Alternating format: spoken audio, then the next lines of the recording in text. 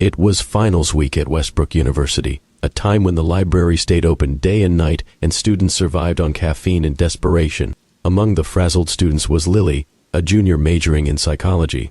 She had a brutal exam the next morning and decided to spend the night in the library, hoping to cram in every last bit of information. By 2 a.m., the library was nearly empty. Only a few exhausted students remained, hunched over their books. Lily found a secluded spot on the top floor, far from any distractions. The silence was comforting, almost lulling her into a false sense of calm. She spread out her notes and began to study. The only sounds the occasional rustle of pages and the soft hum of the air conditioning. As the night wore on, the library grew colder and the shadows deeper. Around 3 a.m., Lily started to feel an eerie sensation, like she was being watched. She looked up, scanning the empty rows of bookshelves, but saw nothing. Shaking off the feeling, she returned to her notes, attributing it to sleep deprivation. A few minutes later, she heard a faint whisper. It was so soft she thought she might have imagined it. She paused, listening intently, but the only sound was the steady tick of the clock on the wall. Convinced she was hearing things, she buried herself in her textbook again. The whispering returned, louder this time. It seemed to be coming from the aisle behind her. Heart pounding, Lily turned around, her eyes straining to see in the dim light. The aisle was empty. She stood up, peering around the corner, but saw no one. "Hello?" she called out softly, feeling foolish. No answer. She took a deep breath and returned to her seat, her skin prickling with unease. Another hour passed, and Lily's eyes grew heavy. She struggled to keep them open, her head nodding as she fought off sleep.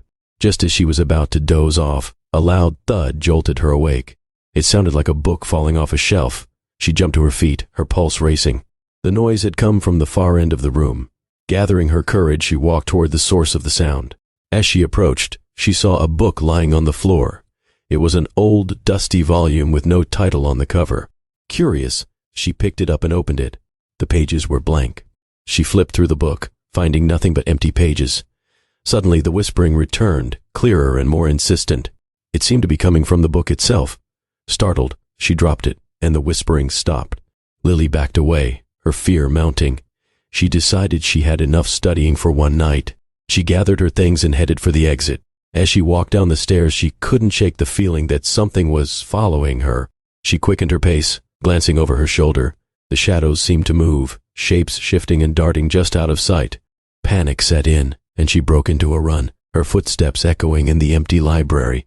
She reached the main floor and rushed to the exit, only to find the doors locked.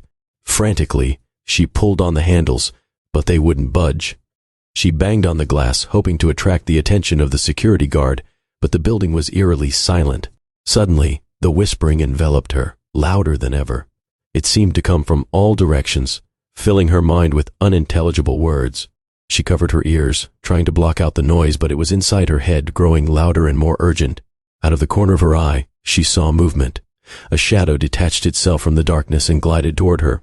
It had no distinct form, just a mass of swirling blackness. Paralyzed with fear, Lily watched as it approached, the whispering reaching a deafening crescendo. The shadow enveloped her, and everything went black. The next morning, the library opened as usual. Students filed in, bleary-eyed and burdened with books. The librarian, Mrs. Thompson, made her rounds, ensuring everything was in order.